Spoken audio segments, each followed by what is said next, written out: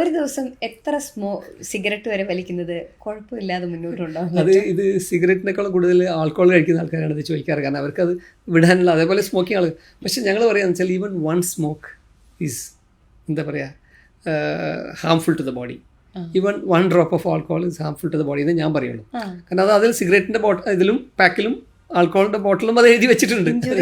അത് എഴുതി വെച്ചിട്ടുണ്ട്. അപ്പോൾ അതുകൊണ്ട് ഒരു സ്മോക്ക് ചെയ്താൽ ഒരു കേട്, 10 സ്മോക്ക് ചെയ്താൽ 10 കേട്. അത്ര സിമ്പിളാണ്.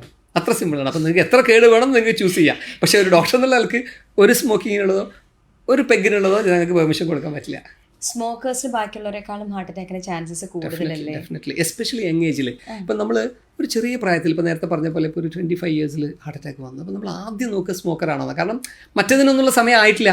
ഷുഗർ, പ്രഷർ, കൊളസ്ട്രോൾ ഇതൊന്നും വരാനുള്ള സമയം ആയിട്ടില്ലല്ലോ ലൈഫിൽ.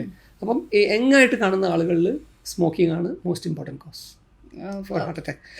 അത് ഏറ്റവും വലിയ രസകരമായ കാര്യം എന്ന് വെച്ചാൽ ഈ ആൾക്ക് സ്മോക്കിംഗ് കേടാണെന്ന് അറിയാം, പക്ഷേ സ്മോക്ക് കൊണ്ട് ഹാർട്ട് അറ്റാക്ക് ഉണ്ടാകുന്ന അയാൾക്ക് അപ്പോഴാണ് അറിയുന്നത്. അതിന് മുമ്പ് സ്മോക്കിംഗ് ഹാർട്ട് അറ്റാക്ക് ഉണ്ടാകും എന്നുള്ളത് സ്മോക്കിംഗ് എല്ലാവരും എന്താ പഠിച്ചിട്ടുള്ളത്, സ്മോക്കിംഗ് എന്തൊക്കെയോ ഹാംഫുൾ ആണെന്ന് അറിയാം. ഹാംഫുൾ ആണ്, ശ്വാസകോശം